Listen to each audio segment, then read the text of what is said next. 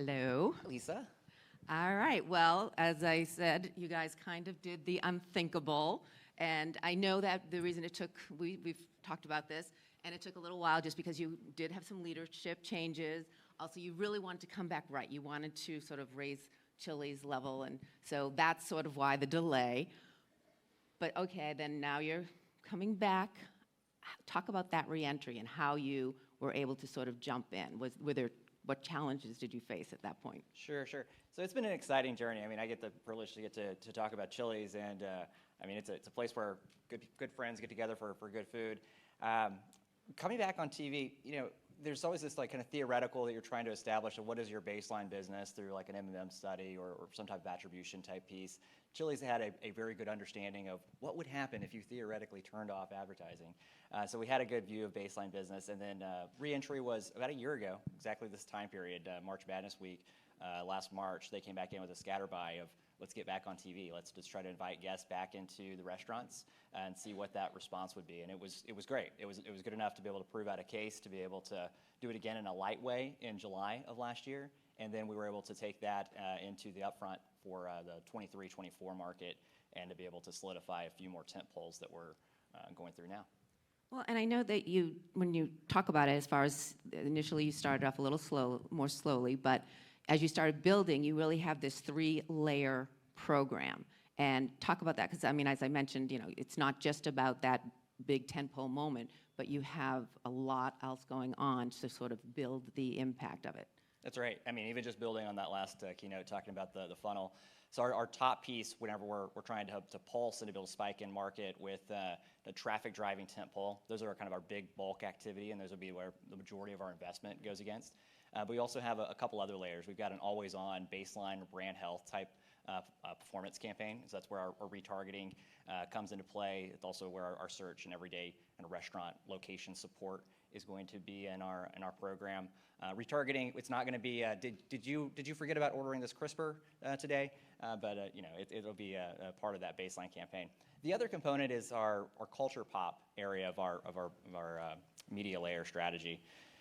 As opposed to having a brand type campaign, we invest in trying to have some activations and be able to support brand actions whenever we're able to show up and have fun, be able to tap into a fandom. So that whenever we are advertising about our 3 for Me in a sports program or so, we've done something to be able to touch with that audience, either from that fandom connection or be able to tap into some of the nostalgia. It's a heritage brand, so we're able to go up into the attic and find some of those distinctive brand assets that we can dust off and bring back in a modern way.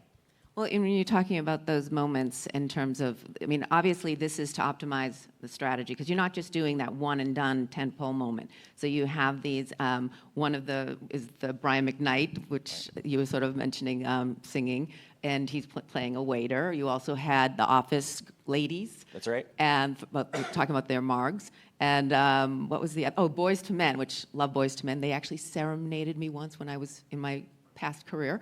But so talk about that and getting these people, like these are older they were back big in the 90s or whatever. So but now you're bringing them back. That's right. Being able to tap into that nostalgia of talking about something that people have connection with, some people have a memory with Chili's back whenever they were growing up, or some type of family moment or so, and a lot of that kind of touches in 90s culture, and also 90s culture is kind of fun at the moment. So we tapped Brian McKnight to be able to come in and pose as a waiter in the restaurant. He then sang the 3 for Me, being able to explain about each step of step 1, step 2. Go ahead, sing it. I'm not doing that. And then the Office ladies, so Angela and they came on and they did It All Starts with a Marg, just being able to say what kind of fun you can have. Also, there was that famous Office episode where things happened at a Christmas party at a Chili's. The first kiss. That's right.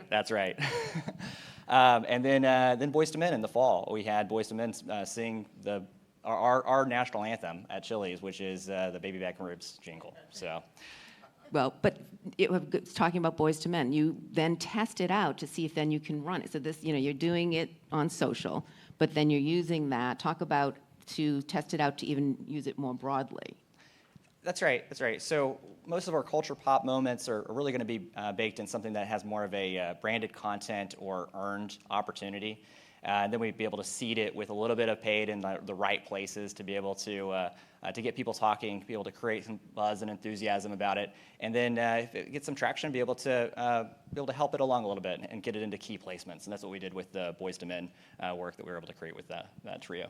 Yeah, no, and how are these, this halo effect? What kind of results are you seeing when, instead of just, as I said, that one and done, having these to go with it and to really optimize your campaigns? Right, so obviously from a business response perspective, we see traffic increase whenever we do our tentpole activities, but our brand metrics are where we're able to see from the pop culture pop moments and events, where we're able to see that probably that recall spike, also just that relevancy factor, and then just that association. Okay, so now we've talked about all your elements, and now I want to get it in, because you recently did a campaign with NASCAR, or you were at Daytona, and so put all the layers into place, like walk us through it, what the concept, the involvement, all of the above, because this is you guys hadn't been a part of the racing community at all, and so how did you go about this? That's right. It's a brand new space for the brand. They'd never sponsored a race car before. So if I kind of back up and I think about our tent poles, we have different pockets or audiences. There's a reality audience, there's a live sports audience, there's our car that's going to pop up on screen there. But within one of those audiences and fandoms is going to be this NASCAR community. It over-indexes with casual dining, so we know that our consumers are there in that space, so we wanted to be able to have Chili's pop in that moment. So the biggest race of the year is the Daytona 500. It starts at the beginning of their season, so it's a little different in that from stick and ball sports. But what we did is we worked with Spire Motorsports, the team, and really be able to work with a driver that was really well liked across NASCAR fan community. So not necessarily a top runner, wasn't expected to be. We actually kind of a nice happy ending to this, but we worked with the team to be able to create some content and to be able to do something additive, something that's a fan experience. Because we knew we were going to have media placements throughout the season, throughout the NASCAR season within Fox and NBC during our tentpole moments, but to be able to touch those race fans in an authentic way, wanted to show up and provide something that was additive. So there's a lot of fan reception whenever they heard that we were coming to the space, and then this was the reveal of the car that we put together. So Daytona 500 is the week before National Margarita Day. So National Margarita Day is another celebratory day for us. That's February 22nd every year. And so the race was the Sunday before, supposed to be Sunday before it rained, so it ran on Monday. But what we did is we ran a Catch-A-Rita. And so this was the Catch-A-Rita car where you could scan a QR code to be able to get a $10 Chili's gift card, which can buy you a President's Day. Well, so one, the happy coincidence. I mean, did you go for Daytona because it was part of just around Margarita Day, or did that just serendipitous? A little bit of both. I mean, we wanted to do something with racing. Biggest race would be the moment to do it, and then we also always do something for National Margarita Day, so those were just two pretty happy coincidences for us. Right. So, and we talked about wanting to get into it authentically. So you partnered with a NASCAR team, and talk about, though, the lead into it, because obviously coming into Daytona, you first did other not campaigns, but other blips on social media. Talk about that. What channels did you leverage ahead of time leading into the campaign for Daytona? And then that halo effect, continuing that on. You don't want it to be forgotten. You bring it into the next weeks or so. So walk us through that and what channels were the most important for you. That's right. We wanted to be able to create conversation about Chili's being a top seller for margaritas. Really, I think that some of the stats are, if you're ranked as like an importing country, I think we're third. Also, the Presidente is, so it would be, I think, U.S., Mexico, and then Chili's would be the third country, I think, something like that. So it's like the best-selling F-150, but for good times for a long time, is the Presidente margarita. So coming into this, we had a short runway. We had about a week to be able to create a lot of buzz and interest. So right after Super Bowl, kind of switch gears and tap into race fans to be able to announce this partnership, and then be able to reveal the car, be able to invite people into the contest and have some fun with it. But we can play the first spot. I think the next slide is going to be a video.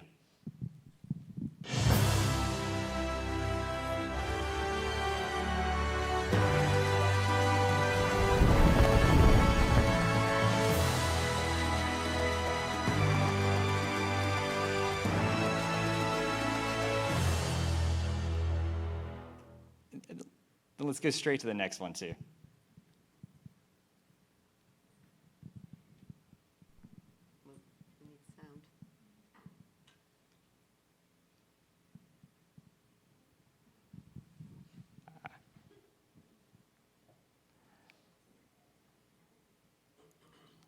Do we have sound?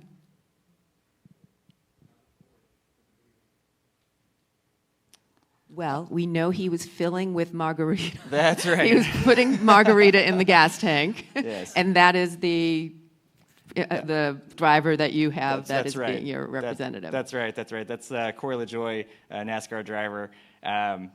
So that spot was really the culmination of our story, where he's filling the race car with marg fuel. It's a Chili's car, so it needs to run on marg fuel. It doesn't work out well for him, it shoots out green smoke and things, but just to be able to show up and have fun for the NASCAR race audience. So we had those kind of staged and stepped across throughout the week of dropping this content with social. We worked with NASCAR Digital to be able to tap into their social channels and their digital channels. Also, Corey has a podcast that we were able to show up on.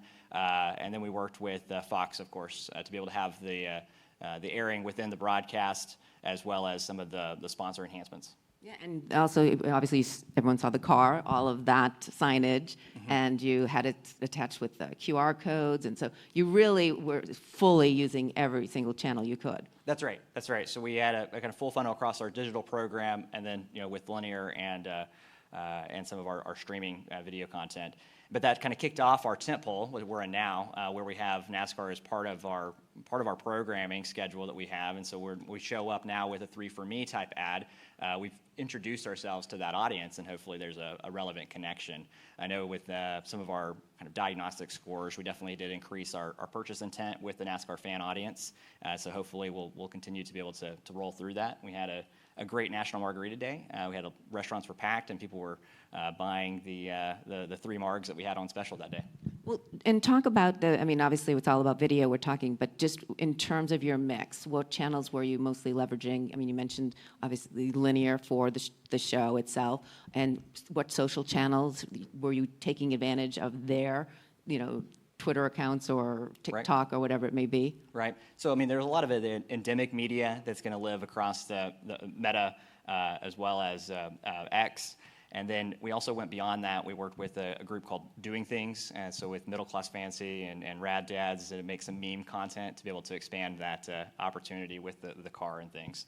And then carrying through with the work with Fox, we were able to do in-car cameras to be able to have the Chili-sponsored race footage with the team sponsorship. What were you looking for? What were your KPIs? Because all of this is, again, reintroducing Chili's, but at the same point, you want to bring it down the funnel. You want the bottom line.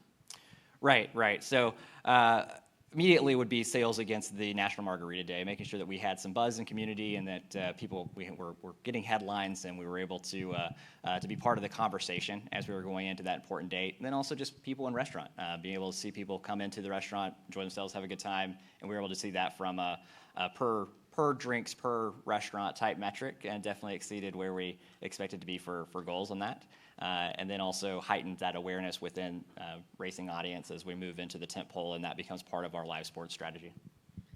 When you say in terms of getting people into the audience, into the restaurants, because obviously this is a very specific targeted audience when you're going after the NASCAR audience, which, as you said, you index high on.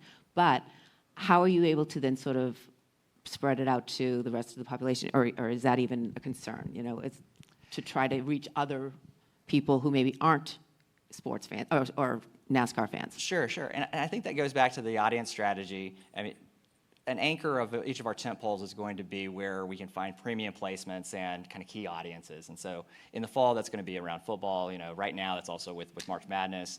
We have some soccer work that we're doing as well. We also have some reality work. So I think it's about tapping in an authentic way in each of those audience pockets with something that's relevant, that's meaningful for them. And then if it doesn't go beyond that, that's fine, because we'll try to accumulate those moments, but really be able to have that higher relevance whenever they do see us show up in their spaces, so it's beyond just another placement. Will you continue the relationship with Corey? Is that is that how you're building your brand, or building your brand in terms of within the NASCAR community? That's right. That's right. So we're finding ways to where we can have sustained presence to be able to kind of continue to show up in an authentic way with those partners. So talk about in terms of, because we focus right now on the Daytona, but you also, as you said, March Madness, Super Bowl, whatever big sporting events that's where you know you're going to be going. What are your learnings? I mean, have you been back into, as you've re-entered, how have things adjusted? How have you optimized or adapted your strategy moving into Daytona, and then we'll get into even moving further? Sure. I mean, starting from scratch a year ago, there wasn't necessarily a measurement and framework. There wasn't really the marketing systems built up to be able to help support TV and video campaigns. So that was a scatterby. I think we've definitely found some learnings to be able to shift things like moving maybe some linear prime into CTV to be able to find more efficient reach and to be able to have more effective reach with what we're doing there. So I think that's probably one of the biggest takeaways that we're definitely taking into account as we go through our next year's planning cycle. Well, I'm going to open it up to you guys after. I just have one more question in terms of, you said obviously you proved out CTV is valuable, but linear is still big for you. What's the mix going to look like? What are you going to see? Well, I think that as opposed to looking at strictly on a linear versus CTV way, I think it's premium placements, wanting to still show up in programming that matters to people. I mean, obviously with a brand like Chili's, you've got a large audience, you've got a wide pool of potential consumers that you can reach to. So it's not necessarily always about kind of buying the needle, but sometimes it is the haystacks, especially if they're haystacks that are relevant in culture where people are showing up and thinking about it. That's a place that we want to be, just to be able to be a relevant brand and be able to have that visibility again. So premium placements will still be an anchor, and that'll look like reality premieres, that will look like live sports events across each kind of sports category that lines up for us, and then rounding that out with some additional more targeted streaming solutions. Do we have any questions for Tim? Well, I actually, from last night when we were talking, and now you just mentioned it, reality programming, which I know you can't say where or what reality show, but are you going to set it up the same way you've been setting up, where you're going to have leading up to it, maybe some cultural moments or whatever, doing something on social, maybe one of the reality stars or whatever will be doing something, and then how will you continue that? Are you going with the same kind of strategy? I mean, it's a kind of a little bit of a recipe that we have in process of being able to create some interesting branded content, take it to market in an earned capacity and seed it in the right places and see where it goes. But yes, definitely some more to watch in the next month as that work comes to market. Well, and for reality, we have a question up here, whoever has, Kevin. But before, I just was curious, for reality, that's obviously linear, but you still will rely a lot on digital? Right. I mean, that's linear as well as streaming. So, I mean, there's a streaming component to that as well. Got it. Hi, Angelica, Novartis Pharmaceuticals. Were you completely dark before you came back to all these big 10-point moments, or were you at a low hum? And if so, whatever the option was that you chose, how did it affect your business? Sure. Low hum would probably be the right description, meaning I think there were search campaigns, there was a little bit of light level digital. There certainly wasn't anything that was what we would consider in restaurant business above the line that would be marked with a TRP indicator. So we were able to see really an immediate business response in traffic, and traffic is one of the biggest measures for restaurant business, is being able to look at year ago and then also trend against category. And so we were able to see significant movement on both of those indicators whenever we went back on above the line media mix with the tentpole activities. Hey, Tim, thanks, man. It's Nick from @Theron. Just a quick question for you. What was like the internal discussions around getting pretty aggressive back in market, having these big sponsorships and making a big splash? Was there folks internally that didn't necessarily want to spend again, like the status quo, or maybe just walk us through what those discussions were internally and who was, advocating for it, and if there was any sort of, anyone pushing against it? I think would be interesting. Sure, that's a great question, and there's obviously a lot of buy-in and collective alignment across the organization what are the needs and what are the strategic needs for the business to grow? How do they achieve and deliver that growth?